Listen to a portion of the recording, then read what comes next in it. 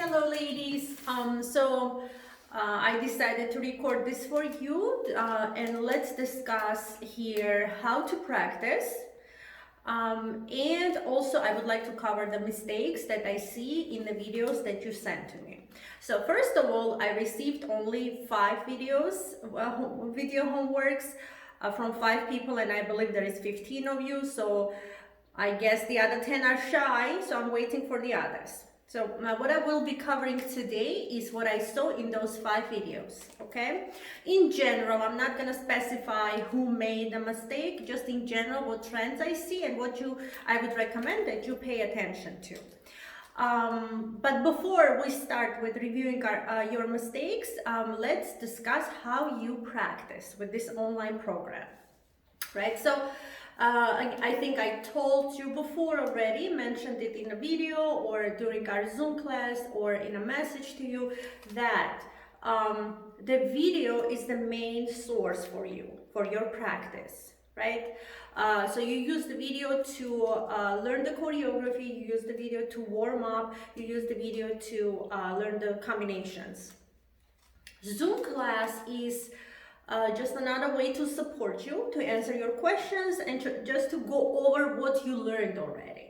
Okay, unfortunately, Zoom quality does not allow to teach a dance class in a good quality as it has to be, because video is a little delayed, music is a little delayed, or you cannot hear it as clear as you have to hear, because there is a lot of undertones in music that you have to hear, and Zoom will not allow you to hear that. Also, when I see you, when I watch you dancing during Zoom, your videos are a little bit delayed also, but it's not a huge delay, but in dance it makes a big difference. So I'm not sure if that's you are dancing a little behind the music, or on the other hand too fast, or it's what the video is showing me. So the best way for me to see how you perform is to see your video when you record yourself at home and send it to me. That's absolutely different quality, and I can clearly see your mistakes there. So that's why I encourage you to do that. And don't forget, I will not show your videos to anyone, I promise.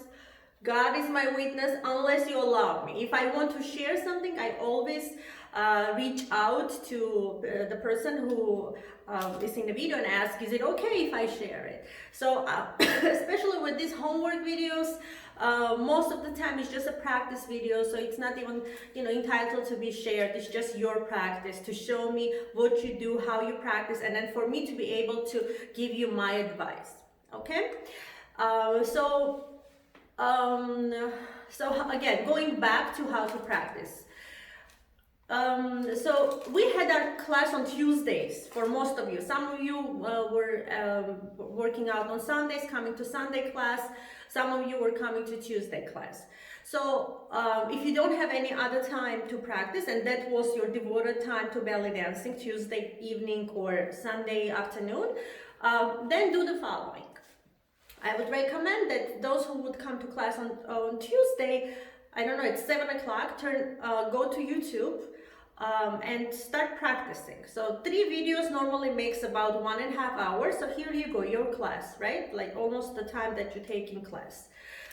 So review all 3 videos on, on Tuesday evening. Practice, learn.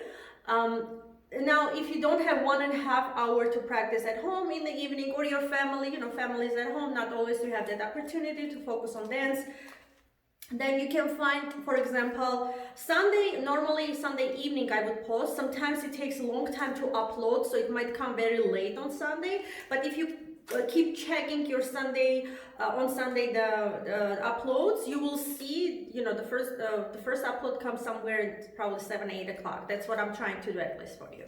So you can start practicing on Sunday evening.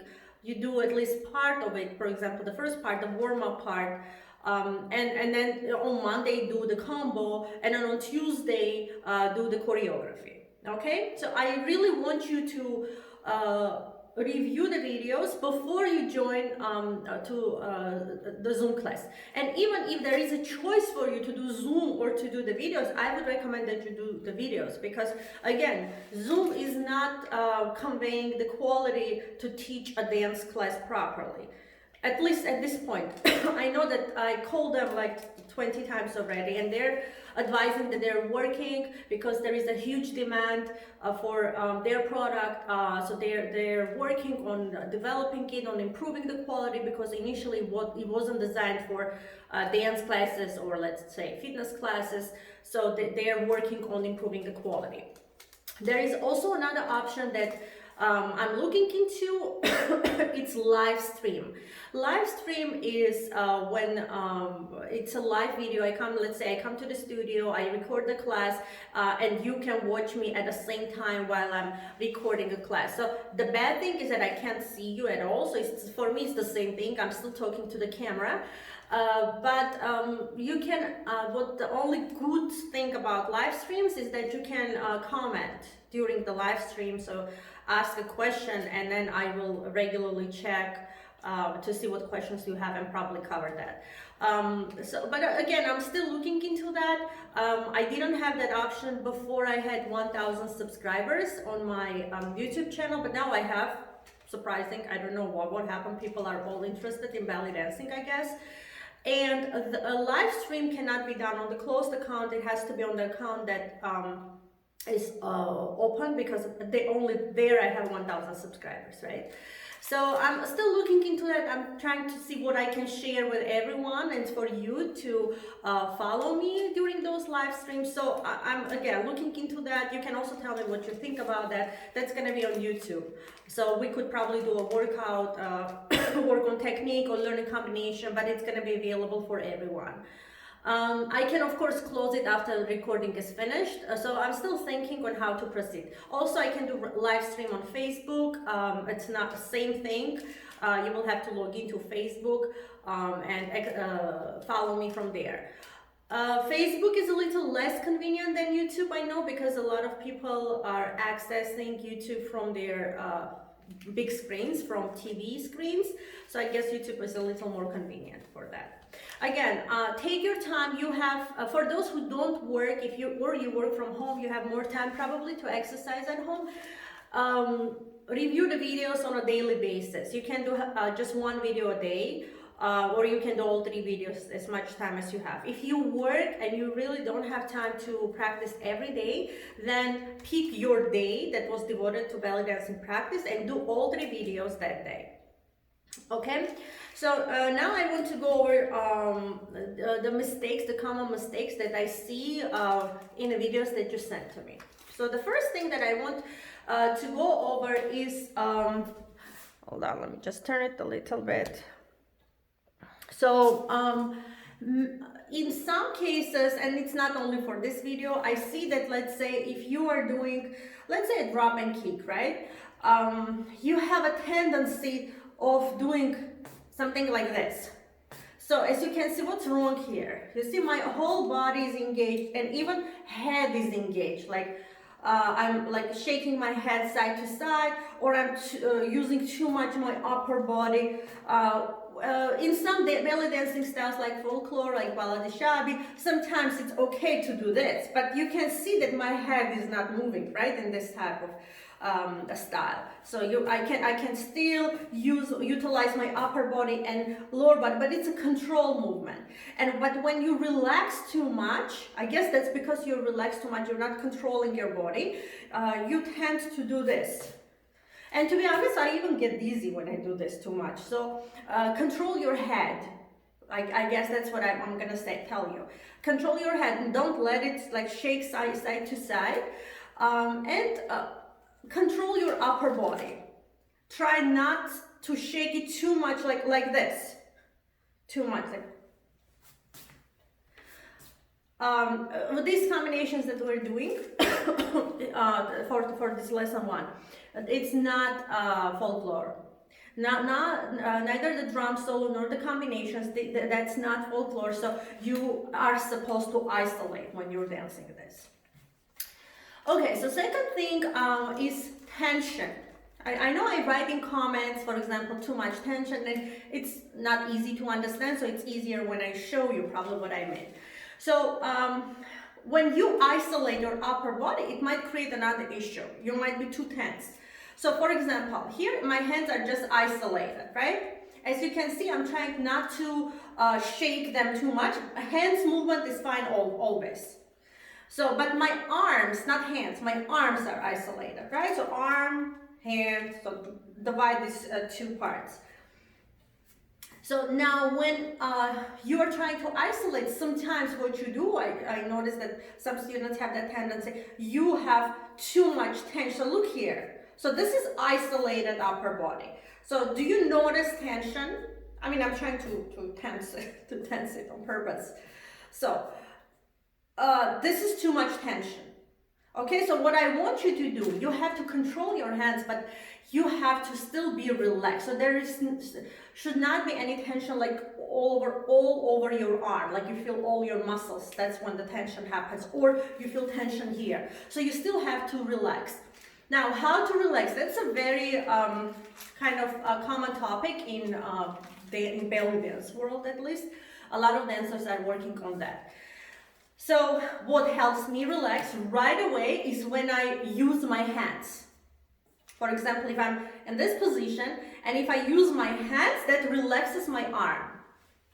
Or like some change. For example, don't keep your hands in one position for a very long time without like even hand movement or even finger movement will help you. You can move it a little to the side. For example, 1, 2, 3, 4. 1, 2, 3, 4. That helps to relax. Also, I'm going to tell you something that I have from my experience as a child. I went to music school. I went to music school for 7 years. Graduated from it, and when I was taking piano lessons with my first teacher, I was a child at the time, just started the school. I was 6 years old. I had a very mean teacher, and she would always yell at me saying that my hands, when I'm playing piano, my hands are too tight. And she would like make me do some exercises to relax my hands. And one of the exercises that she did, she would take my hands up and she would just shake me like this. So that's what she would do to help me relax. And I feel like that sometimes I do it up until now. Like when I feel that I'm too tense, I just like shake my hands or my upper body or my full body, and it gives me a little like release of tension. So it's not like scientifically proven technique, but she was using it to help her piano students to relax their hands.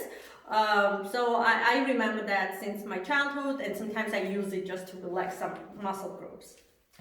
Okay, so next thing that I wanted to go over, so there was tension, right? And using too much of your head and upper body. That's the first two things. Now, next one, hands with up and down. Okay, so this part, up, up, up, down, down, up, down, down, up, right? Some of you, not some of you, most of you were fine. It was okay. But so what the tendency though, you start good, and then something happens and you mess it up. So this one, let's try to do it like this thing: up, up, up, down, down, up, down, down, up, up, forward, side, side, back, forward, side, side, back. Okay, so you start good. I can see you're up, up, up, and down, and then it starts being something like very smooth. And here it doesn't have to be smooth. Don't mess it. Try to make it like clear and distinct. Ups and downs. How to do it? Practice slow. Talk to yourself. Tell yourself with no music. Up, up, up, down, down, up, down, down, up, up. Then do the other side. Up, up, up, down, down, up, down, down, up, up. Go as slow as you need to learn. You don't have to do it fast while you're practicing. And actually, I recommend that you practice slow. And then go forward, side, side, back. Now this back, pay attention. Forward, side, side, back. Okay? Not forward, side, side, back. But forward, side, side, back. This is a different back. See your arm bend your knee here. Next thing is hands. Hands here, I didn't see anyone using their hands properly or try to use, but then it messed up. So hands here are very clear and distinct. So you put your hands here, take your hands up, and then open them into this position. And then when you do the back, your hands come forward, right? So it goes up, up, up, down, down, up, down, down, up, up. 1, 2, 3, 4. This is important, okay? 4. 1, 2, 3, 4. Okay, so that was that part. Also try to, when you're doing combinations or anything else, try not to go too much up and down unless that's part of the choreography when you change the level. So for example, when you do the same drop and kick, too much of this up and down is also not good. So in this style, you have to isolate. Remember, this is not shabby. This is not ballet. This is classic Oriental dance. Drum solo is another story. It's that in drum solo's main rule is isolation. It's built on isolation, okay? So let's remember that. Okay, so we talk about tension in your hands. So also, when you do shimmy, right? So when you do shimmy, what part of body is working when you do shoulder shimmy? It's here and here, right? Hands are not supposed to shake when you do your shoulder shimmy. So when you do this, I'm exaggerating, of course. I mean, you guys don't dance like this, but there is, like, I see hand movement when you do shoulder shimmy. Do not move your hands. When you do shoulder shimmy, your shoulders are moving. You can do this with your hands, but do not do this with your hands. Like helping, you're trying to help yourself. It's like natural thing. You're trying to help yourself to do the move. Isolate your hands when you do shoulder shimmy. Next thing, in the combination, we have this one, drop and kick, down, down, down, up, right? So first of all, I noticed that don't do drop and kick, drop and kick, drop and kick, drop and up. No, it goes drop and kick, so 2, and then down, down, down, up. So this is 1, 2, 3, 4. Distinct, again, clear. Down, down, down, up. Work on that part. And a drum solo. When you come into the position to start your hip circles, do not keep your legs apart too far. Bring them a little closer. Okay, so I don't want to see like big space between your legs. This is not right. Bring them together a little more. This is a small circle. One more thing, hand circles and waves. This part, drop and kick, drop and kick, drop and kick, drop and kick. 1, 2, 3, 4, right? So it is circle, circle, circle, circle, wave, wave, wave, wave. Not circle here. The waterfall, the wave here. You don't have to do 4. You can do 1 and 2 and 3 and 4. 1 and 2 and 3 and 4. You can do 2, 2. You can do 2 here, just slower, and 2 here. Or 4 and 4. Both options are fine. Just do the circles and do the waves. Okay? Fan, I wanted to compliment your hands. I noticed that you're moving your hands in a very natural and soft way, less tension in your hands. For example, you started a little tense and then, I see that you naturally relaxed and you were using your hands right. So let me give you that credit. So next one is amplitude. So what do I mean by saying more amplitude in your hips? So this is small amplitude. This is big amplitude. More amplitude meaning make your move bigger, simply speaking. So when, for example, we do running shimmy, right?